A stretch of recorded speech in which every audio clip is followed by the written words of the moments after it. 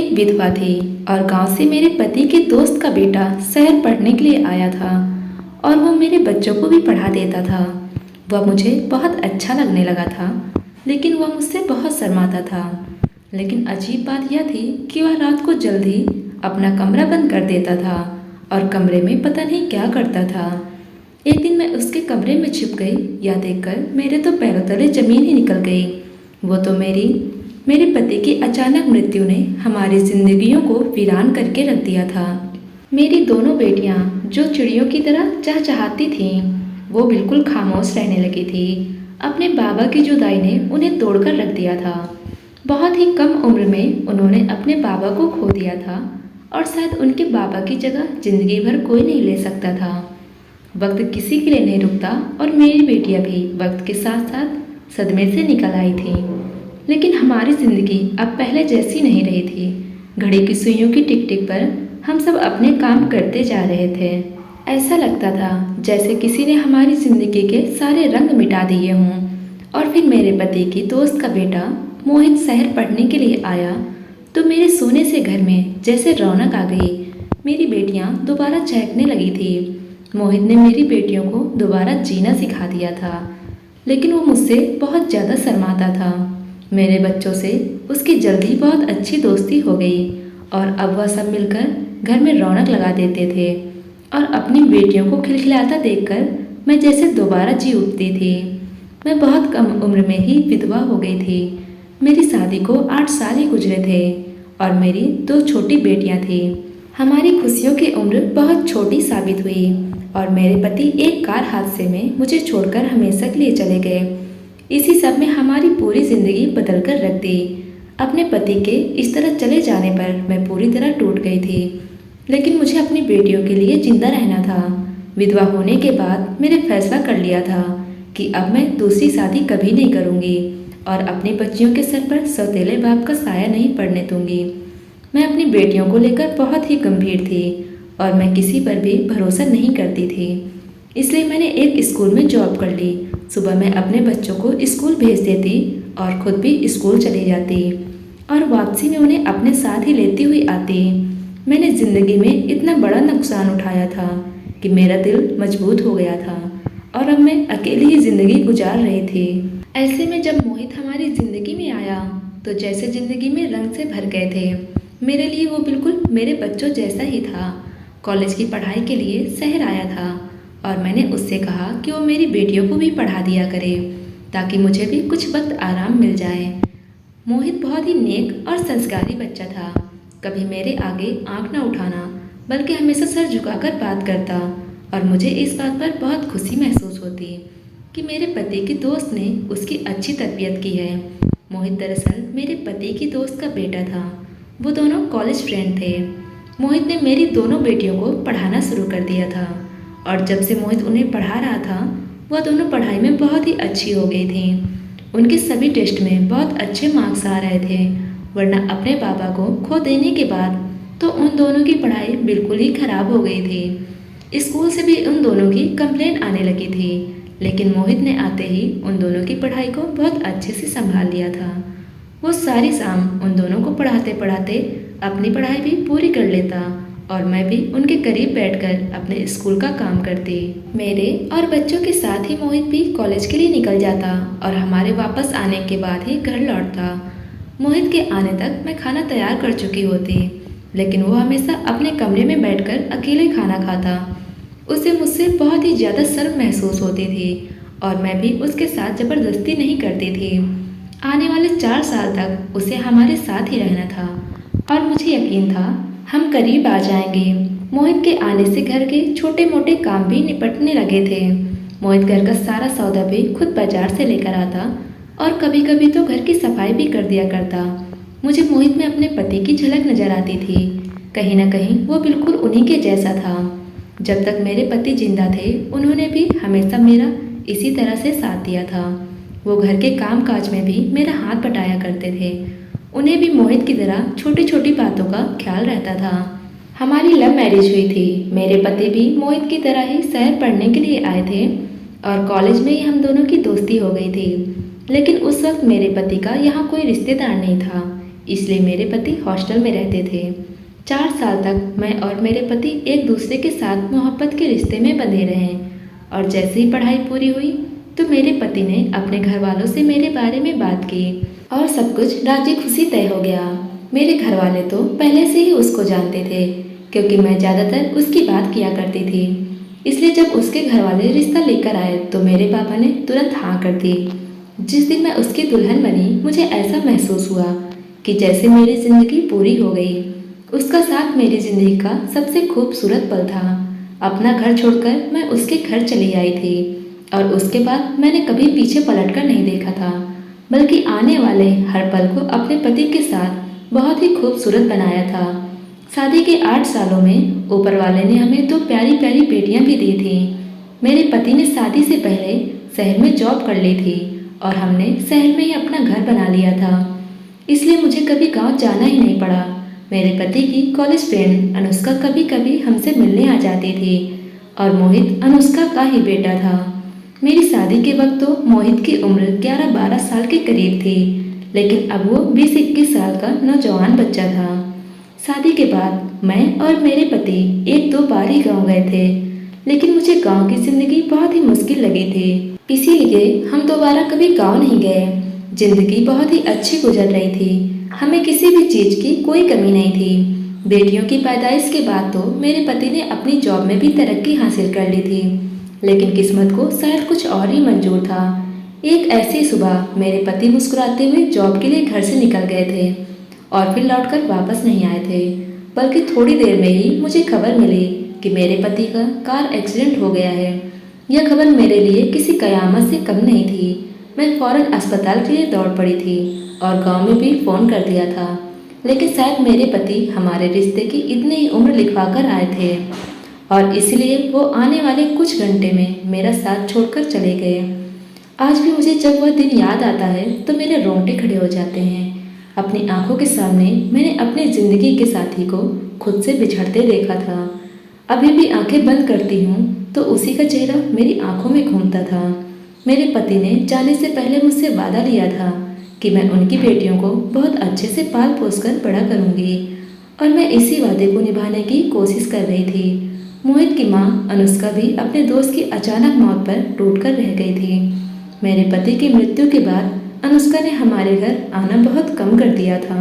वह जब कभी आती तो अपने दोस्त को याद करके फूट फूट कर रोने लगती, इसलिए मैं खुद ही अनुष्का से फ़ोन पर बात कर लिया करती। यूँ तो अनुष्का उम्र में मुझसे काफ़ी बड़ी थी, लेकिन मेरे पति उसे अनुष्का ही कहा करते थे, इसलिए मैं भी यही कहती थी। मेरे पति की दोस्त अनुष्का का हमारे साथ व्यवहार बहुत ही अच्छा था और मुझे वो बहुत पसंद थी। वह अनुष्का ने मुझे मोहित की पढ़ाई के लिए उसे शहर भेजने की बात की, तो मैं खुद ही अनुष्का से कहा कि वह मोहित को हॉस्टल में भेजने के बजाय हमारे घर भेज दे। मेरा घर मोहित के अंकल का ही तो घर है और यूँ मुझे भी किसी का साथ मिल जाएगा। मेरी बात सुनकर तो जैसे अनुष्का की मुश्किल ही हल हो गई थी, क्योंकि वो मोहित को अकेले हॉस्टल भेजते हुए घबरा रही थी। अनुष्का ने मुझे बताया था कि मोहित एक बहुत ही सीधा साधा और शर्मीला लड़का है और बहुत जल्द किसी से घुलता मिलता भी नहीं है, और मैंने खुद भी देख लिया था कि उससे हमारे घर आए 1 महीने हो गया था, लेकिन उसने अभी तक मुझसे ठीक तरह से बात भी नहीं की थी, बल्कि जैसे ही मैं उससे कोई बात करती तो शर्म से सर झुका लेता और रात को भी जल्द अपने कमरे में जाकर बंद हो जाता, जबकि मैं मेरी बेटियां लॉन में बैठकर रात को एक साथ ही टीवी देखा करती थी, लेकिन वह कभी भी हमारे साथ नहीं बैठता था। मेरी दोनों बेटियों की मोहित से बहुत अच्छी दोस्ती हो गई थी और वो दोनों कॉलेज से आने के बाद सारा दिन उसके साथ ही खेलती रहती थी। मेरी छोटी बेटी तो हर वक्त उसके कंधों पर चढ़कर बैठी रहती और मोहित भी उससे बहुत ही ज़्यादा प्यार करता था और रोज़ उसके लिए चॉकलेट लेकर आता था। मैंने कई बार मोहित को मना किया, लेकिन अगले दिन वह फिर से चॉकलेट लेकर आता था। पिछले कुछ दिनों से मेरी तबीयत बहुत ख़राब हो रही थी और मुझे कुछ समझ नहीं आ रहा था, लेकिन मैंने अपनी तबीयत के बारे में किसी से कुछ नहीं कहा था। मैं किसी को भी परेशान नहीं करना चाहती थी और ना ही मैं स्कूल से छुट्टी कर सकती थी, इसलिए मैं किसी न किसी तरह खुद को घसीटकर काम काज करने की कोशिश कर रही थी। लेकिन हर गुजरते दिन के साथ मेरी तबीयत और भी खराब होती जा रही थी। जब रात के वक्त मेरी तबीयत कुछ ज़्यादा ही खराब महसूस होने लगी तो मैंने अपने कमरे से बाहर निकल गई। मुझे अपना दम घुटता हुआ महसूस हो रहा था, इसलिए मैं छत पर चली आई। छत के कोने में एक कमरा बना हुआ था और मोहित उसी में रहता था। मैं छत पर ही बैठ गई। मेरी नज़र मोहित के दरवाजे की तरफ थी। आज मुझे न जाने क्यों इस बात का एहसास हो रहा था कि हर रोज रात होते ही जल्दी ही अपने कमरे में चला जाता है और फिर सुबह वापस निकलता है, जबकि उसके कमरे में तो टीवी वगैरह भी नहीं था। तो इतनी जल्दी अपने कमरे में क्यों बंद हो जाता है? आजकल शहर के कॉलेज का माहौल कुछ ठीक भी नहीं चल रहा था और लड़कों को नशे की लत लगाई जा रही थी। इसलिए मुझे अचानक ही मोहित की फिक्र सताने लगी। वह 20 साल का मासूम सा लड़का था जो गांव के सीधे साधे माहौल से पला बड़ा था। मेरे दिल में बार बार यही ख्याल आ रहा था कि कहीं शहर का माहौल उसे बर्बाद न कर दे। मोहित जब तक शहर में था वो मेरी जिम्मेदारी था, क्योंकि अनुष्का ने मुझ पर भरोसा करके उसे मेरे घर भेजा था। अगर वह किसी गलत संगत में पड़ जाता तो मैं अनुष्का को क्या मुंह दिखाती। मोहित को हमारे घर आए 2 महीने हो गए थे, लेकिन अब तक हम दोनों के बीच कोई दोस्ती नहीं हुई थी और ना ही ऐसी कोई बातचीत हुई थी कि मैं डायरेक्ट मोहित से पूछ सकती। वह तो मुझे देखते ही शर्म से सर झुका लेता और उससे भला कैसे पूछती कि वो रात को जल्दी अपने कमरे में जाकर क्या करता है। इसलिए मैंने सोचा कि ठीक होते ही मैं खुद इस बात का पता लगाती हूँ कि आखिर मोहित अपने बंद कमरे में क्या करता है। 2-4 दिन तो मेरी बीमारी में गुजर गए और जैसे ही मैं खुद को थोड़ा बेहतर महसूस कर रही थी तो मुझे फिर से मोहित का ख्याल आया। और एक रात जब मेरी बेटियां टीवी में बिजी थी और मोहित किचन में अपने लिए चाय बना रहा था तो मैं खामोशी से उसके कमरे में जाकर छुप गई। मुझे पता था कि मेरी बेटियां अगले 1 घंटे तक भी टीवी के आगे से नहीं उठेंगी। मुझे मोहित के कमरे में छुपे हुए थोड़ी देर ही गुजरे थे जब मोहित चाय का कप लेकर अपने कमरे में चला आया और कमरे का दरवाजा बंद करके सुकून से बिस्तर पर बैठ गया। कुछ देर बाद वह आराम से चाय की चुस्कियां लेता रहा और मैं दिल में सोचने लगी कि मैं बगैर बात के ही इतने सीधे साधे से लड़के पर शक कर रही हूँ। अगर मोहित को नशे या किसी भी चीज की लत लगती तो ऐसे कैसे हो सकता था कि मुझे पता न चलता। वह मुझसे शर्माता जरूर था लेकिन मेरी आंखों के सामने ही रहता था। मैंने सोचा कि मोहित जैसे ही इधर उधर होगा या वॉशरूम जाएगा तो मैं चुपके से उसके कमरे से वापस निकल जाऊंगी, क्योंकि अगर उसे यह पता चल जाता कि मैं उस पर शक कर रही हूँ या उस पर नज़र रख रही हूँ तो न जाने वो मेरे बारे में क्या सोचता। मुझे छुपे हुए कुछ देर ही गुजरे थे कि मोहित ने उठकर अपने चाय का खाली कप साइड टेबल पर रख दिया और फिर वह अपना लैपटॉप लेकर सुकून से बैठ गया। उसका मुंह कुछ इस तरफ था कि मुझे उसका लैपटॉप नजर आ रहा था, जबकि उसकी कमर मेरी तरफ थी। मैंने दिल ही दिल में खुद को कोसा कि शायद रात के इस पहर भी वो पढ़ाई करने में बिजी है और मैंने ऐसे ही उसकी जासूसी शुरू कर दी। लैपटॉप खोलते ही उसने एक वीडियो लगाई। यह देखकर मेरे कदमों तले से जमीन ही निकल गई। यह वीडियो तो किसी और की नहीं बल्कि मेरी ही थी और अपनी ऐसी वीडियो देखकर मैं शर्म से पानी पानी हो गई। मैं सोच भी नहीं सकती थी कि मैं जिस लड़के को सीधा साधा और मासूम समझ रही थी वह यह सब भी कर सकता है। लैपटॉप की स्क्रीन पर मेरी वीडियो अभी भी चल रही थी जिसमें मैं अपने बाथरूम में नहा रही थी। मोहित बहुत ही दिलचस्पी के साथ मेरी वीडियो देख रहा था और बार बार स्क्रीन पर भी हाथ लगा रहा था, जैसे वो मुझे छोड़ने की कोशिश कर रहा हो। उसे ज़्यादा मैं बर्दाश्त नहीं कर सकती थी और अपनी जगह से निकलकर एकदम मोहित के सामने आ गई थी। वह तो सोच भी नहीं सकता था कि मैं रात के समय अपने बच्चों के साथ नहीं बल्कि उसके कमरे में छुपी हुई हूँ। मुझे अपनी नज़रों के सामने खड़ा देखकर उसने फौरन लैपटॉप बंद कर दिया और हकलाते हुए कहने लगा, आंटी आप यहाँ क्या कर रही हैं? मैंने जोरदार थप्पड़ उसके चेहरे पर मार दिया और उससे कहा, मैंने अपनी वीडियो देख ली है और मैं जान गई हूँ कि तुमने चोरी छुपे मेरी वीडियो बनाई है। मेरी बात सुनकर मोहित ने अपना सर झुका लिया और कोई जवाब नहीं दिया। मैंने उसे गिरबान से पकड़ लिया। मैं जानना चाहती थी कि उसने आखिर मेरे साथ ऐसा क्यों किया, जबकि मैंने तो अपने घर में जगह दी थी और उसे अपनी बेटियों की तरह ही रखा था।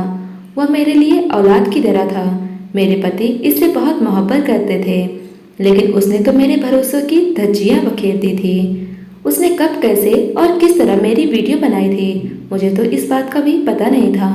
और जब मैंने बहुत ही गुस्से से उसे दोबारा यह सवाल किया तो वह सर झुकाए कहने लगा, मैं आपके वॉशरूम में एक कैमरा लगाया हुआ है और मैं रोज़ आपकी वीडियो देखता हूँ। आप मुझे बहुत अच्छी लगती हैं और मैं हमेशा से ही आपको पसंद करता था। और जब मैं गांव से यहाँ आया तो अपने जज्बात पर काबू नहीं रख सका और एक दिन यही बात मैंने अपने कॉलेज के दोस्त को बताई। तो उसने मुझे कहा कि मैं आपके वॉशरूम में खुफिया कैमरा लगा दूँ और रोजाना रात को आपको देखकर सुकून हासिल कर लिया करूँ। और ऐसे ही एक दिन मैं कॉलेज की छुट्टी से घर कुछ देर पहले से लौट आया। आप उस वक्त तक घर वापस नहीं आई थी और स्कूल में ही थी। इसी बात का फायदा उठाते हुए मैं आपके वॉशरूम में कैमरा छिपा दिया। वह सर झुकाए बड़ी रिटाई से अपने गुनाहों को स्वीकार कर रहा था और मैं उसकी हिम्मत पर हैरान थी। मैंने बहुत दुख से उससे पूछा कि तुम्हें ऐसा करते हुए बिल्कुल भी शर्म नहीं आई? तुम भूल गए मैं तुम्हारी आंटी हूँ, तुम मेरे लिए बेटे की तरह हो। मेरी बात सुनकर वो हंस पड़ा और हंसते हुए कहने लगा, आप किस गलतफहमी में जी रही हैं? आपके पति की मृत्यु हो चुकी है और अब आप मेरी आंटी नहीं रही। और अगर अंकल जिंदा भी होते तो भी आप और मैं एक दूसरे के लिए गैर ही थे। और जब मैं शहर आया आप मेरी आंखों के सामने थी और मेरे जज्बात का इम्तिहान लेती रहीं। ऐसे में मेरे लिए खुद को रोकना बहुत ही मुश्किल था। और फिर जब मैं कॉलेज गया तो वहाँ मेरे दोस्त बने और उन्होंने मेरे अंदर के जज्बात को और जगा दिया और मुझे ज़िंदगी का एक ऐसा रूप दिखाया जिसे मैंने पहले कभी नहीं देखा था। मैं आपको आंटी की नज़र से बिल्कुल भी नहीं देखता। आप मेरे लिए एक औरत हैं जिसके आगे पीछे कोई मर्द नहीं है। मोहित की बात सुनकर तो मैंने उसके मुंह पर एक जोरदार थप्पड़ मार दिया। उसने बड़ी आसानी से मुझे सच का आईना दिखाया था जो मैं नहीं देख पा रही थी। देखा जाए तो वो ठीक कह रहा था कि वह और मैं एक दूसरे के लिए गए थे और मुझे उसे अपने घर में पनाह नहीं देनी चाहिए थी। लेकिन मुझे क्या खबर थी वह इस तरह मेरे भरोसे को तोड़ेगा और अपनी हद पार कर जाएगा। मैंने मोहित के लैपटॉप से अपनी सारी वीडियो डिलीट की और यह देखकर मेरे पाँव ही कांपने लगे कि उसके लैपटॉप में मेरी बहुत सारी वीडियो थी। मैंने उससे कहा कि वह अभी और इसी वक्त अपना सामान लेकर घर से निकल जाए क्योंकि अब मेरे घर में उसकी कोई जगह नहीं है। मोहित कहने लगा कि वो मुझसे मोहब्बत करने लगा है और मुझे अपनाना चाहता है। मैंने एक कड़ी निगाह उस पर डाली और उससे कहा कि मैं कोई तमाशा नहीं चाहती, इसलिए बेहतर है कि वो खामोशी से हमेशा के लिए मेरी ज़िंदगी से निकल जाए। मैंने उससे कहा कि मैं अनुष्का को इस बारे में कुछ नहीं कहूँगी, लेकिन दोबारा कभी भी वह मुझे अपनी शक्ल न दिखाए। मेरी बात सुनकर उसने खामोशी से अपना सामान समेट लिया था। मैं जानती थी कि वह उम्र के जिस हिस्से में है उसमें अक्सर लड़के जज्बात में आकर गलत हरकतें कर जाते हैं, लेकिन मुझे हरगिज भी अंदाज़ा नहीं था कि वो इस कदर आगे निकल जाएगा। मोहित ने रात के अंधेरे में खामोशी से मेरे घर को छोड़ दिया था और मैं अपनी बेटियों को अपनी आगोश में ले लिया था। मोहित खुद तो चला गया था, लेकिन मुझे अपने और पराये मर्द के बीच का फर्क बहुत अच्छे से समझा गया था।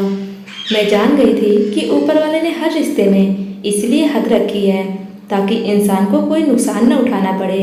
मुझे यकीन था जैसे जैसे मोहित जिंदगी में आगे बढ़ेगा उसे अपनी गलती का एहसास हो जाएगा। मैं अनुष्का को इस बारे में कुछ नहीं कहा। मोहित ने मुझे बहुत बड़ा सबक सिखा दिया था। मैं अब अपनी ज़िंदगी में कभी किसी गैर मर्द पर भरोसा करने वाली नहीं थी। दोस्तों, उम्मीद करती हूँ आज की कहानी आपको पसंद आई होगी। कहानी पसंद आई हो तो वीडियो को लाइक करें, चैनल पर नए हो तो चैनल को सब्सक्राइब करें। धन्यवाद दोस्तों।